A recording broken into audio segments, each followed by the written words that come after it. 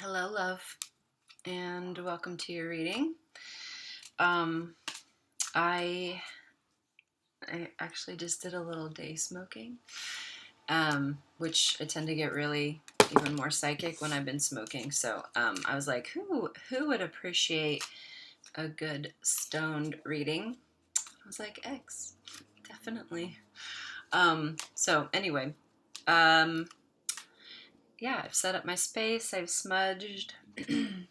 I've been shuffling the Fountain Tarot deck.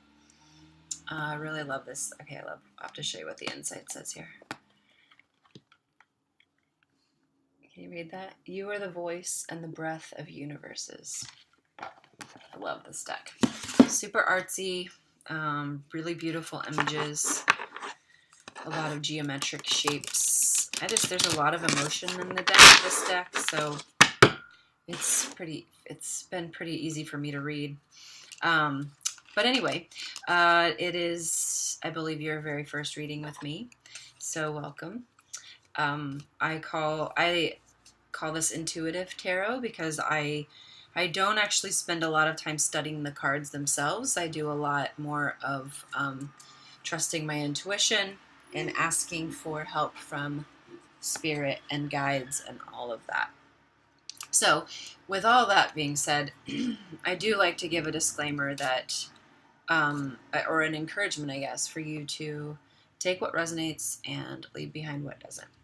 And by that I mean, if something strikes a chord with you, if it creates that vibration, that resonance, that emotional response, wherever that emotion is on the spectrum, then take note of that. And it's even really good to have a journal and piece of paper handy or a journal and a pen, because what you can do is when something does resonate, you can pause it and you can write down like your emotional response and then like any images, memories, smells, thoughts that come up with that, pictures, and then you can it's kind of like you're collecting pieces of the puzzle, and then at the end you can go and see what the bigger picture is, how it's looking. With these readings, I get a lot of sensations, and well, I should say I get a lot of like kind of feelings about things. I don't always even get a clear image. I just get like, this is kind of what I sense is going on. And sometimes that can be really mysterious and you're like, oh, what does that mean? So it's just good to take notes and then to kind of look at the bigger picture. And if something doesn't resonate with you, then, just let it go. You don't have to worry about it. It's not for you. The other thing is too, I was going to say is when you're making notes, write down how you understand what was being said. Okay, so like, don't necessarily go back and try to get what I said word for word. Get how you heard it. And we do hear things. I believe spirit helps people to hear things the way that it needs to be said to them, and in a way that's going to make sense, where maybe what the exact words I said really wouldn't hit home as much. So without further ado, I'm going to go ahead and start pulling your cards. And we're working with we're working only with cards that are right side up, and that may not mean much to you, but there's some debate as to whether you can read cards upside down. If they come up upside down, we call those reversals. I've found that I just trust the right message is going to come through, and I don't add a lot of extra work to the process.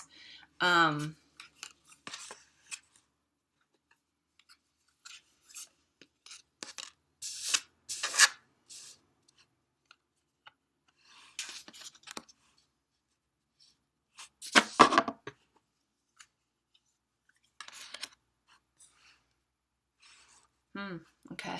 So we're using a Celtic cross spread, which is a pretty traditional yoga spread. Yoga. Oh my gosh. Tarot spread. And you could feel free to go back and press pause on that if you want to take a deeper look. I'll show you all the cards as I'm discussing them as well, so you don't have to memorize them. But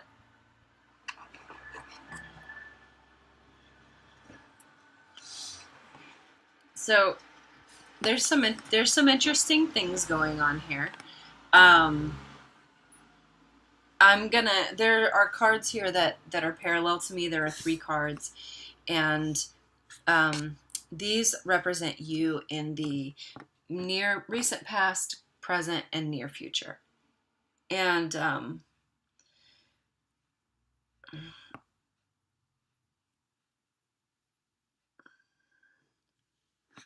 so,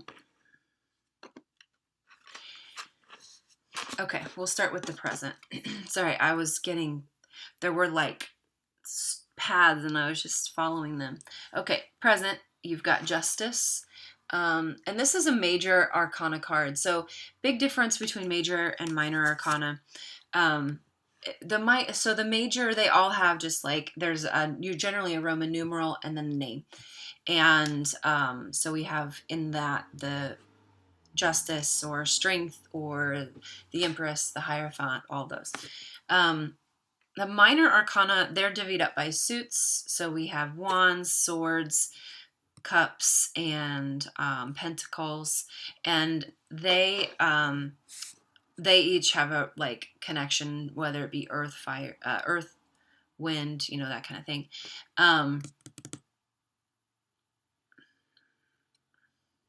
And then they all have numbers too, along with like kings and queens and stuff. So similar to like cards and how those suits work. So with the minor arcana, we get a message, and it's a good fair message. But with the major arcana, it's like we get a punch of a message. Like the message is just much stronger, very potent, usually lasts longer. It's kind of like having full flavor and then mild flavor. The major arcana is definitely full flavor. It's a full party message. Where the minor is maybe fleeting, it may be very temporary, it may not be as strong, like we just want to indicate a little bit of something. So anyway, major arcana, Justice, we see the scales here.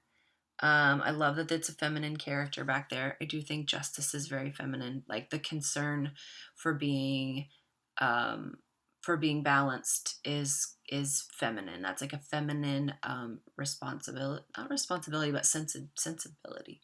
Yeah. The interesting thing, though, is there are two very different things that are being weighed out here. So it's almost like there are two options you've got going, or two. The phrase I got when I first saw this was weighing the options, and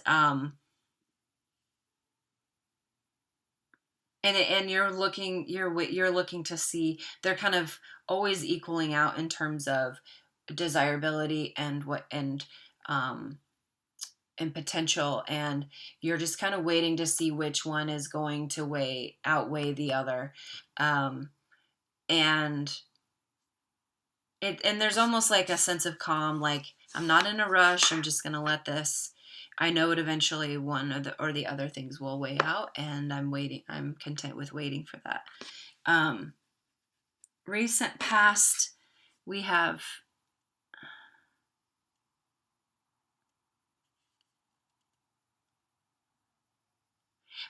this chick here, and I think this is interesting because she's carrying something, though it's very light, and I think this is also a way of balancing. So the recent past, it was almost like this patient weighing out that you're doing is new, because just most recently you had another method of balancing, but it wasn't in any way like this feels balanced, right? Like this chick feels balanced. She feels like she has a handle on what's going on, feels very peaceful. This one doesn't. Like the balancing act she has created, so this is kind of you in your recent past, but the balancing act she's created kind of caused her to be contorted, to like have a strange perspective, like to have like even it looks like the knees even in the shadows are just kind of buckled and awkward. Like everything about this balancing act was awkward. So the new balancing piece that you're in now, not only is it very strong with the major arcana, but it's like it's an evolution into something that feels better, that feels more in place. And near future, it looks like you're moving to change perspectives again. Although the way this guy is approaching it, it doesn't seem very desirable to me. And so I think it's just kind of this like, you're going to be out of balance again in the near future. And so it may be good just to take notes right now when you do feel balanced of like, what are some of the truths of that, so that when you go out of balance, you can then you can come back to your truth as like a foundation. So my mom and I were just talking about this earlier because I was telling her about a situation with Morgan yesterday where I just rationally knew that that it should be fine, like everything had been reconciled and Morgan was being very kind and very sweet, but I was still feeling very triggered. And so it was almost like I couldn't get myself out of that triggered state. I was still believing everything that the triggered state was telling me. And so she was like, why don't you make a list of things you know to be true about Morgan? And then that way, when you're here, you can refer to the list as like, don't forget, this is the actual truth, right? So I think that might be a good idea for you to do in this place where you feel mostly balanced and like where you're noticing how you're balancing and how it's working out. Like notice the things that work well, so that when they go out of balance again, you almost have this foundation, this baseline where you can go, okay, wait a minute, these things need to be in place, and you can rebalance yourself easier. So there's the card overlaying these, and that's usually a bridge or a barrier. I find it interesting that that it's this guy, and he's balancing on a rock in the middle of the ocean, if you can tell that. But he's perfectly balanced, and he's even able to like. I want to look this one up because this is the. Yeah, I want to look this one up. I really like this card, but see how he's pulling down light from heaven, and even then like balancing that in between these shapes. So give me just a second because I'm gonna need to look. I want to look this card up.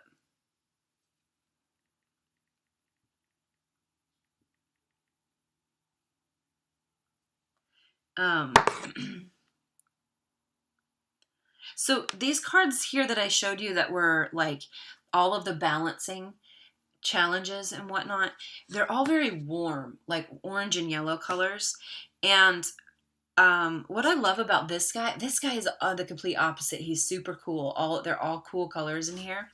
And I think that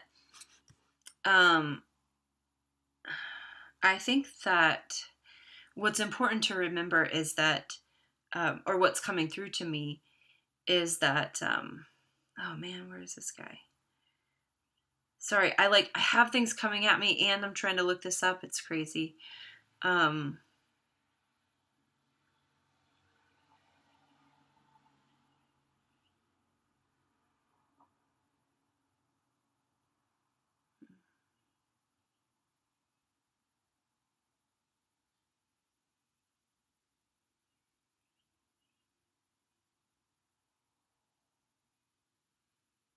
Okay, I don't know. I am not yet finding it. And that's okay. It just means that isn't relevant. So I'm not going to worry about it. What was I going to say?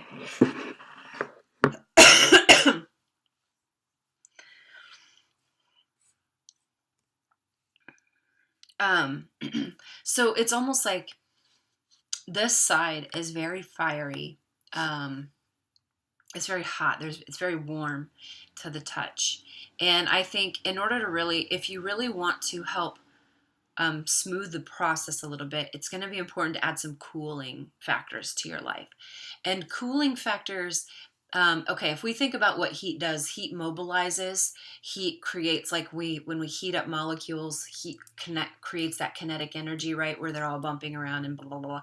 And the more that bumping happens, the more there is friction, and the more that heat increases. And so it's almost like, and there's an invitation to, if you want to kind of cool all of this off. So that what I get with the card laying across the other cards, it's like putting water on the fire, right? Like, just cool that down. If you want to do that, you need to really engage in some mindfulness meditative practices that help you connect with your higher self. That's what that is, right? That's spirit or universe or higher self coming down, and then we're holding the information in our hands.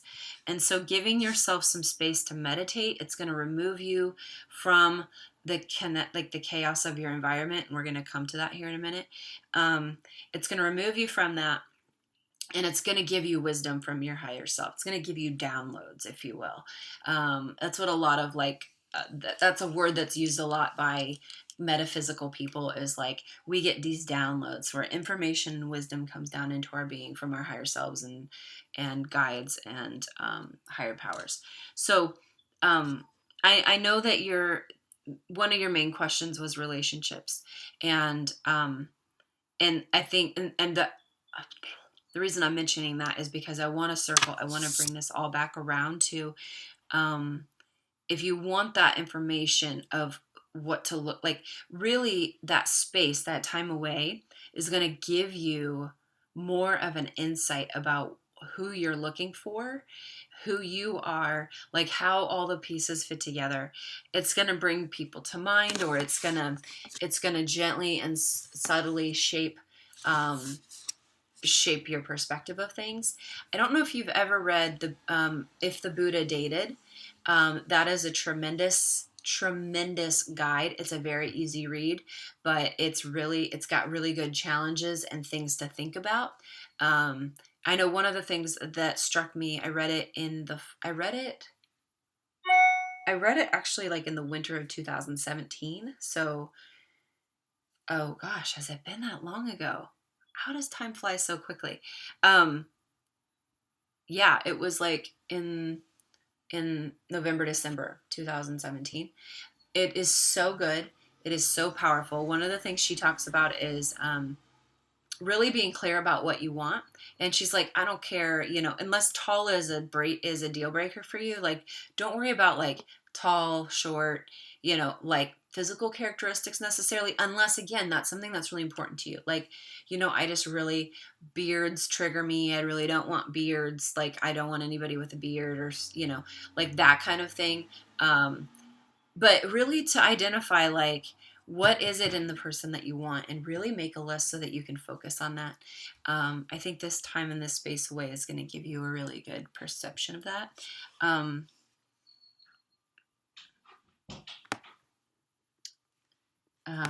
me close my door.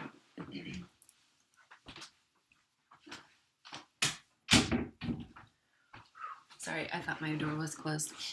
And I heard movement in the hallway. Okay, so there's this, and above and beyond, below these cards are the Hope and Fears card. So this is the Hope card, and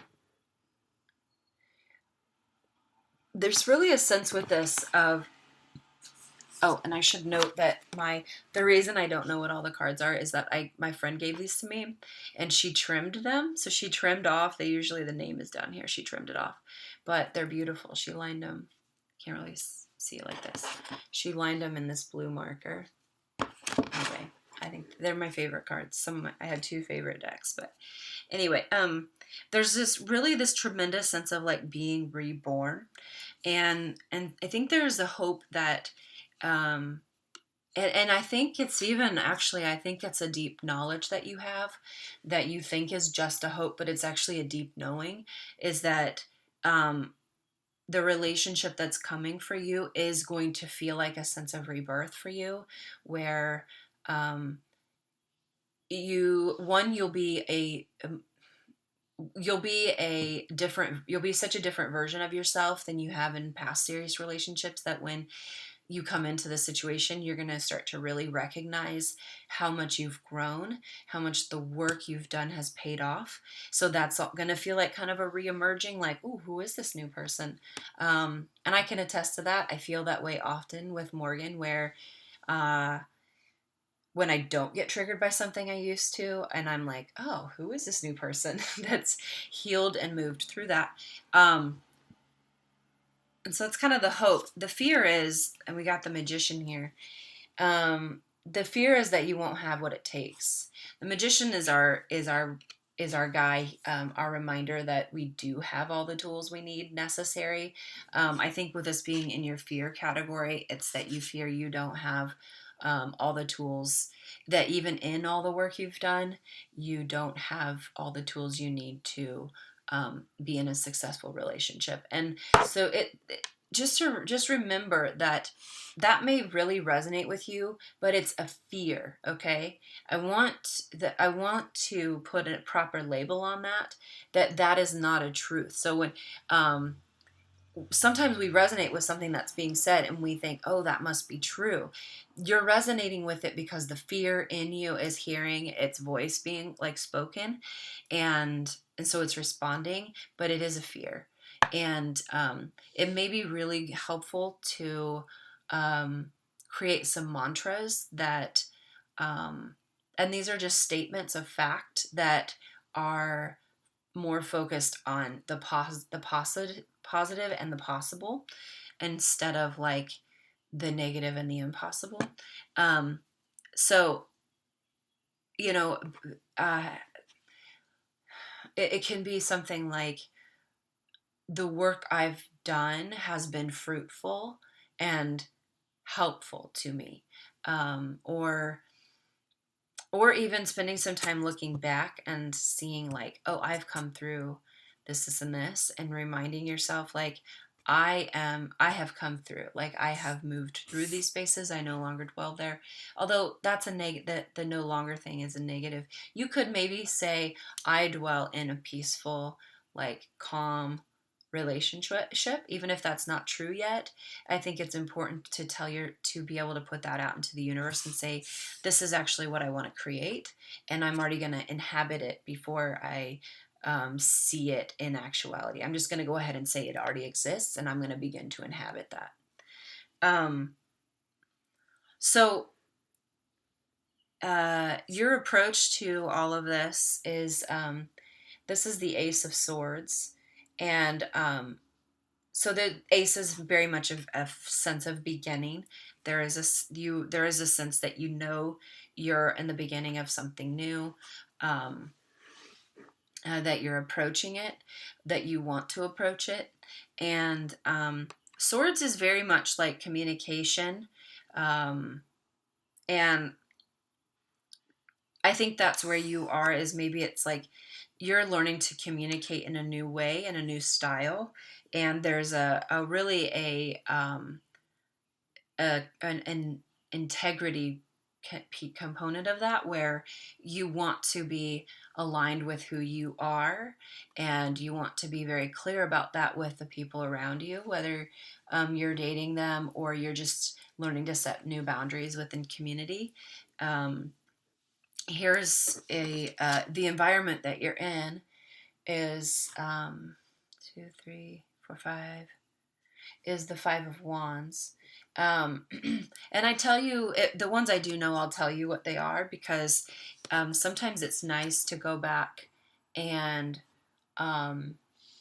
it's nice to research. Like if you have a question about a card, you can always research that with other resources.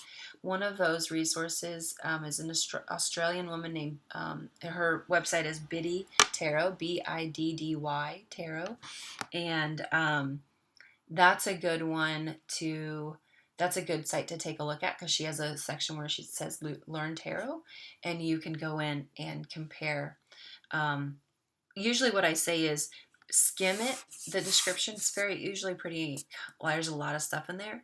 Skim it and see what words stick out. Just write those down. and then don't worry about the rest. If you read too much into it, you can really get lost, and then it doesn't become helpful to do that extra research. So it's just a little hint. But what I get with this card, what I've got is that there's a lot of fire in the environment that you're in. And there's also not a lot of like people are, they feel like they're running at each other. There's not a lot of intuitive movement here. And I think that's interesting that this is your near future card, because it's almost like you've decided then, because of this environment, to go it alone. That was the decision. And um and that may just mean like internally you've shut down and said, you know what, nobody can really help me, nobody knows what's going on. And so you've decided just kind of internally to vacate the premises, if you will, and travel this path alone. um it that's it's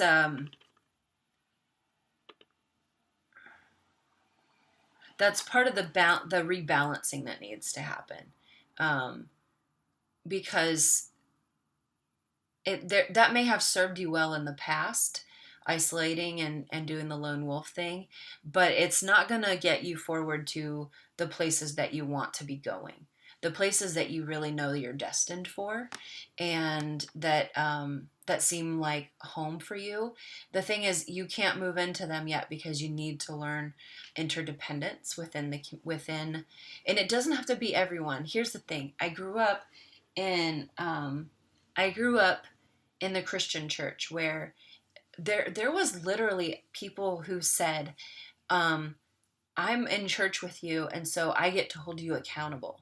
And so you have to be honest. There's kind of this like public declaration of sins that felt needed to happen, and that always felt really uncomfortable and wrong to me, because people have different kinds of responses to your shadowy, what we may consider shameful confessions.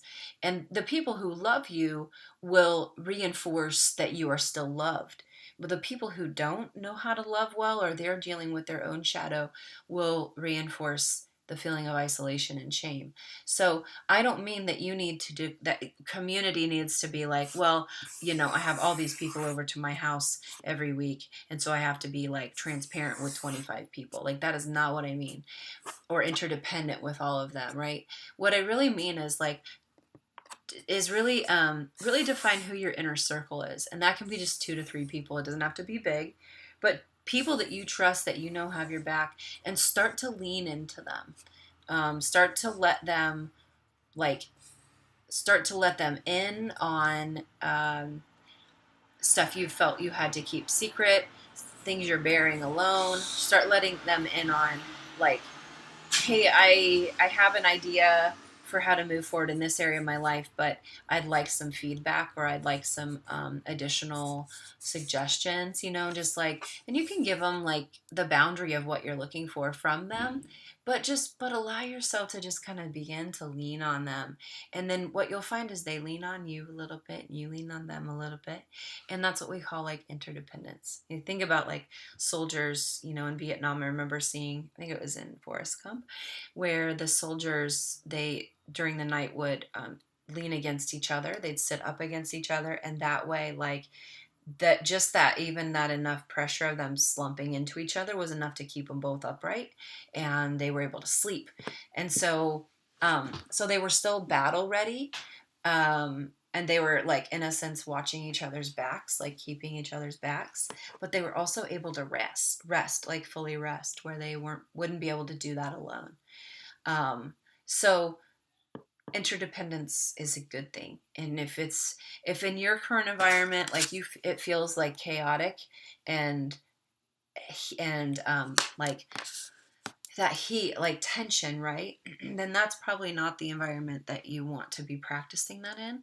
And that's where it'll be good to, again, come out of the space, do some meditation, sit still with yourself, and listen to, like, you can even ask your heart, like, who can I trust, or who should I begin to let in? and then you can trust that your heart will tell you the truth, because it really will. Most of the time it is. It's not the answer we're looking for, or it goes against the answer that we're looking for, and so we discard it. But our heart really is very honest with us. um, what you need to know, we have the moon card, which is another major arcana card. um, and this, to me, it really symbolizes the lunar aspects, which are the feminine aspects. And what you need to know, I think, with this one is, your femininity is beautiful and it's wonderful, and it's okay to embrace that and nurture it. um, I know from my own personal traumas and from some of the things that we've talked about, like, sometimes our femininity is the first thing we subvert, because in our mind it's the thing that got us unwanted attention. And so we subconsciously kind of downplay the qualities of the feminine. And these aren't necessarily female gendered qualities, these are feminine characteristics. um, so we like we kind of deny our beauty, or we subvert our beauty, or we um, we refuse to acknowledge that we're nurturing beings, or we refuse to acknowledge that we have, these deep wells and capacities for love. And we just kind of put them aside, and we don't nurture them, and we don't nurture ourselves. We don't allow the feminine to really. I know for me, there are times when I'm actually very fearful of the feminine. And so when I encounter a woman who's very feminine, there's a part of me that shies away from her, because I don't. And then I'm a little like, I don't know how to interact with that. I don't know how to be myself with that. So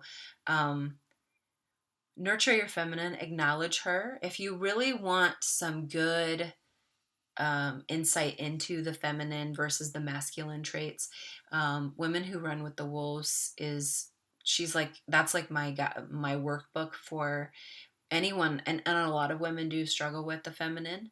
um, we struggle with balancing the masculine and feminine in us, period, because we have a misconception of what feminine is and what masculine is, and then how to interact with those based on what society's told us. So, Women Who Run with the Wolves, Clarissa Pinkola Estes, Estes. I did post about it in the group recently, so you can find the link there. She's just one I really think all women should read, because she's really telling us mythologies and how they relate, but it is healing work, deep healing work. So the resolution to this is, so it's the opposite here, where you have this guy who's trying to go it alone and like climbing up the wand, and then you have all these other people. So part of the good thing about the environment is like that you're in is that people are trying to bring, even though they're clashing around, they are trying to bring together their wands. And the beauty is, like, those are just like, those can be pieces of advice, those can be skills, those can be like actual tangible things people want to give you to contribute. And the resolution is here that you're using that to actually to go a different way, to create a new way of moving forward. So instead of trying to climb it like a fireman's pole here and getting nowhere, you're learning how to restack those things that you've been given, and to climb up, to use them more as a ladder, as a tool. So this is a good resolution. All right.